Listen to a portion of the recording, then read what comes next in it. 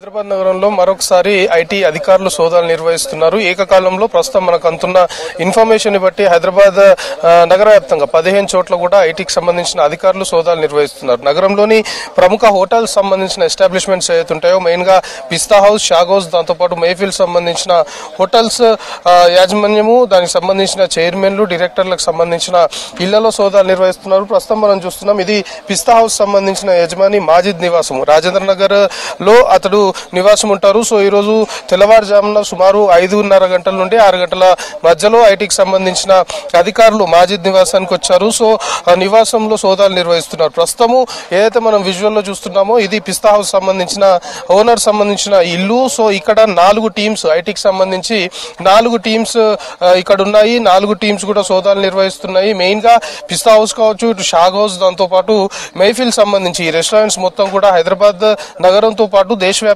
దాంతో పాటు విదేశాల్లో కూడా మొత్తం ఇవన్నీ వ్యాప్తి చెందాయి. మెయిన్ గా పిస్తా హౌస్ సంబంధించి ఇటు హైదరాబాద్, దాంతో పాటు దేశవ్యాప్తంగా మనం చెప్పుకుంటున్నట్టు విదేశాల్లో కూడా దాదాపు 44 స్టోర్స్ పిస్తా హౌస్ సంబంధించి ఉన్నట్లు ఇప్పటికైతే మనకి లెక్కలు చెబుతున్నాయి. సో వీటికి సంబంధించి 100 కోట్ల వ్యాపారం జరుగుతుంటది. కానీ దానికి సంబంధించిన ట్యాక్స్ చెల్లింపు విషయంలో అవకతవకలకు పాల్పడుతున్నారు అనేది ప్రధానమైన ఆరోపణ. ఐటీకి సంబంధించిన అధికారులు ప్రస్తుతం పిస్తా హౌస్ సంబంధించిన యజమాని నివాసంలో సోదాలు నిర్వహిస్తున్నారు. 4 టీమ్స్ మొత్తం కూడా సోదాల్లో పాల్గొన్నాయి. ఈ రోజు తెల్లవారుజాము నుండి కూడా సోదాలు కొనసాగుతున్నాయి. మెయిన్ గా వీళ్ళ వ్యాపారానికి సంబంధించి, మెయిన్ గా పిస్తా హౌస్ సంబంధించి అఫీషియల్ బ్యాంక్ సంబంధించిన అకౌంట్స్ అనుకోవచ్చు, బ్యాంక్ సంబంధించిన ట్రాన్సాక్షన్ సంబంధించి వాటన్నిటిని కూడా అధికారులు పరిశీలిస్తున్నారు. మెయిన్ గా ట్యాక్స్ చెల్లింపు విషయంలో, అంటే పన్ను చెల్లింపు విషయంలో జాప్యం చేయడం కావచ్చు, లేదా పన్ను చెల్లింపు విషయంలో తీవ్రమైన అవకతవకలకు పాల్పడ్డారు అనే ప్రధానమైన ఆరోపణతో ఈ సోదాలు నిర్వహిస్తున్నారు. సో ప్రస్తుతం హైదరాబాద్ నగర వ్యాప్తంగా